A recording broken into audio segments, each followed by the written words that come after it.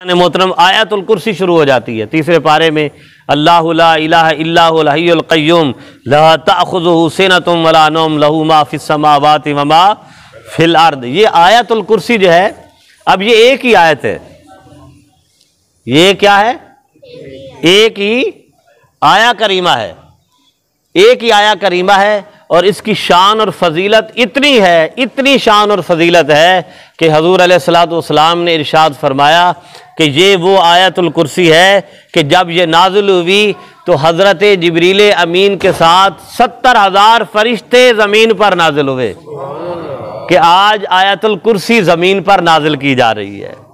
1000 फरिश्ते ज़मीन पर नाजिल हुए, क्योंकि इसमें अल्लाह का रोब है, इसमें अल्लाह की तौहीद का बयान है, इसमें अल्लाह ताला के कब्ज़ा कुदरत की बात है, इसमें अल्लाह तबारक व तआला के हय्युल क़य्यूम होने का जिक्र है, इसमें अल्लाह ताला की मुख्तलिफ़ सिफ़ात का, अल्लाह रब्बुल इज़्ज़त की मुख्तलिफ़ हमदात का जिक्र है।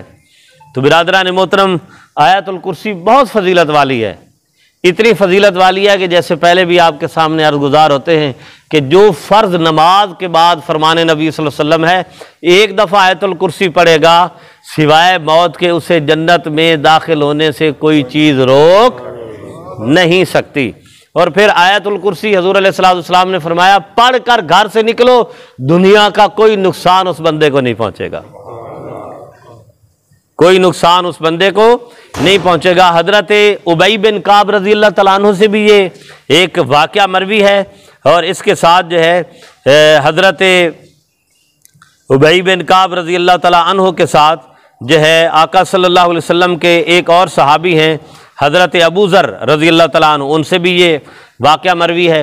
हजरत उबई बिन काब रज़ी अल्लाह तआला अन्हु फरमाते हैं, आप फरमाते हैं कि मेरे यहाँ खजूरों की जो है वो बोरियां पड़ी होती थी खजूरों की, जब मैं सुबह उठता तो खजूरें कम हो जाती, खजूरें कम हो जाती।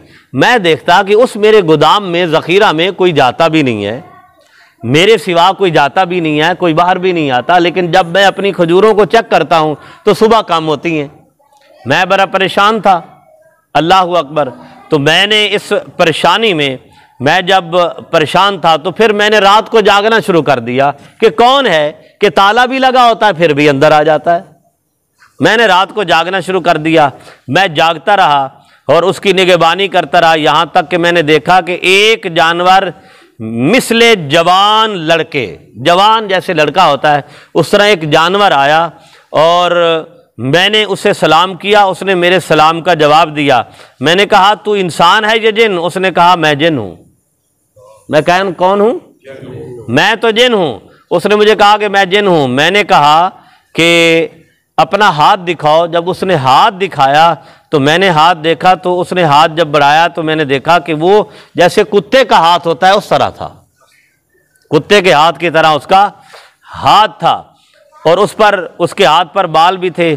मैंने कहा कि मुझे मालूम है कि मेरी खजूरें कम क्यों होती हैं, आज मुझे पता चला है कि तू आता है और मेरी खजूरें खा जाता है, मेरी खजूरें खा जाता है। हज़रत उबई बिन काब रज़ी अल्लाह तआला अन्हु फरमाते हैं कि मैंने उसे जकड़ लिया और कहा कि आज तो तुम्हें मैं नहीं जाने दूंगा, आज तुम्हें नहीं जाने दूंगा। उसने कहा कि मुझे आज छोड़ दो, मैं फिर कभी नहीं आऊँगा, फिर कभी। आपने फरमाया नहीं, मैंने तो तुम्हें नहीं छोड़ना। उसने फिर कहा कि आज मुझे छोड़ दो, फिर मैं कभी नहीं आऊँगा। हज़रत उबई बिन काब रज़ी अल्लाह तआला अन्हु ने जब तीसरी दफ़ा कहा कि मैंने नहीं छोड़ना तुम्हें आज, तो उसने जवाबन कहा तुम्हें मैं एक वजीफ़ा बताता हूँ, फिर तो तुम मुझे छोड़ दोगे। उसने कहा, हज़रत उबई बिन काब रज़ी अल्लाह तआला अन्हु ने फरमाया जी बिल्कुल छोड़ दूंगा।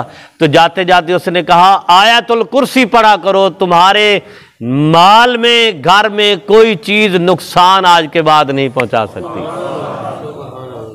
हजूर की बारगाह में आप फरमाते हैं कि सुबह में अर्ज़ गुजार हुआ, या रसूलुल्लाह सल्लल्लाहु अलैहि वसल्लम रात को मेरे साथ, बल्कि आप फरमाते हैं जब मैं गया तो हजूर ने फरमाया सुनाओ तुम्हारे कैदी का क्या बना रात को। आगा ने क्या फरमाया, तुम्हारे वो जो मुजरिम था, तेरा कैदी था, तेरा गुनाहगार था, उसका क्या बना। या रसूलुल्लाह सल्लल्लाहु अलैहि वसल्लम आप भी जानते हैं? जी मैं भी जानता हूँ। तो हजूर ने फरमाया, हज़रत उबई बिन काब ने अर्ज़ किया कि या रसूलल्लाह इस तरह मेरे साथ वाक़या पेश आया, और जाते जाते उसने कहा कि आयतुल कुर्सी पढ़ा करो, आज के बाद तुम्हारा कोई चीज़, कोई तुम्हारा नुकसान नहीं कर सकती। हजूर ने फरमाया उस खबीस ने सच कहा, उस खबीस ने सच कहा, और वो शैतान था। शैतान जिन की शक्ल में, इंसान की शक्ल में, जानवर की शक्ल में, मुख्तलिफ रूपों में आता है। और देखें ये जो जिन हैं, जिस तरह देखें हजूर अलैहिस्सलाम की बारगाह में भी जिन्नात का एक वफद आया, उन्होंने इस्लाम कबूल किया। जब सूरह जिन 29वां पारा आएगा तो हम तफसील पढ़ेंगे। लेकिन अब जिस तरह इंसानों में अच्छे भी हैं, नेक भी हैं, मुत्तकी भी हैं, परहेजगार भी हैं, नमाजी भी हैं, इसी तरह जिन्नात में अच्छे भी हैं, नेक भी हैं, परहेजगार भी हैं, काफिर भी हैं, गैर मुस्लिम भी हैं, हिंदू भी हैं, सिख भी हैं, बुद्ध मत भी हैं, मजूसी भी हैं, सारे हैं। ठीक है। अब आप देखें जैसे गैर मुस्लिम मुसलमान को नुकसान पहुंचा रहा है आज, तो इसी तरह जिन्नों में भी जो गैर मुस्लिम है वो किसी भी हल्का अहबाब से ताल्लुक़ रखते हों, वो हिंदू हों, वो सिख हों, वो ईसाई हों, वो सारे, तो वो मुसलमानों को आके तंग करते हैं और परेशान करते हैं। लेकिन हमेशा याद रखिए, ये वाक़या बयान करने का हदीस का मकसद ये था, जब घर से निकलें आयतुल कुर्सी पढ़ के फूंक लें, इंशाअल्लाह रास्ते में कोई नुकसान नहीं होगा। आप सोने लगे आयतुल कुर्सी पढ़ के अव्वल आखिर एक मरतबा दुरूद पढ़ के सारे घर पर फूंक लें, बच्चों पर फूंक लें, इंशाअल्लाह कोई चोर उचक्का तंग नहीं करता। बाद का हमें ऐसे मामलात हमारे साथ पेश आते हैं कि संदूक में पैसे पड़े हैं, मगर न किसी के पास चाबी है हमारे सिवा, न कोई और मामला, वहां से पैसे भी गायब हो जाते हैं। हो जाता कि नहीं ऐसा? तो ये इस तरह की मखलूक़ात होती हैं जो कभी कभार वो अपना हाथ दिखा जाती हैं। तो ये आयतुल कुर्सी है, इसकी और तो बहुत ज़्यादा कई फजीलतें हैं, लेकिन मुख्तसर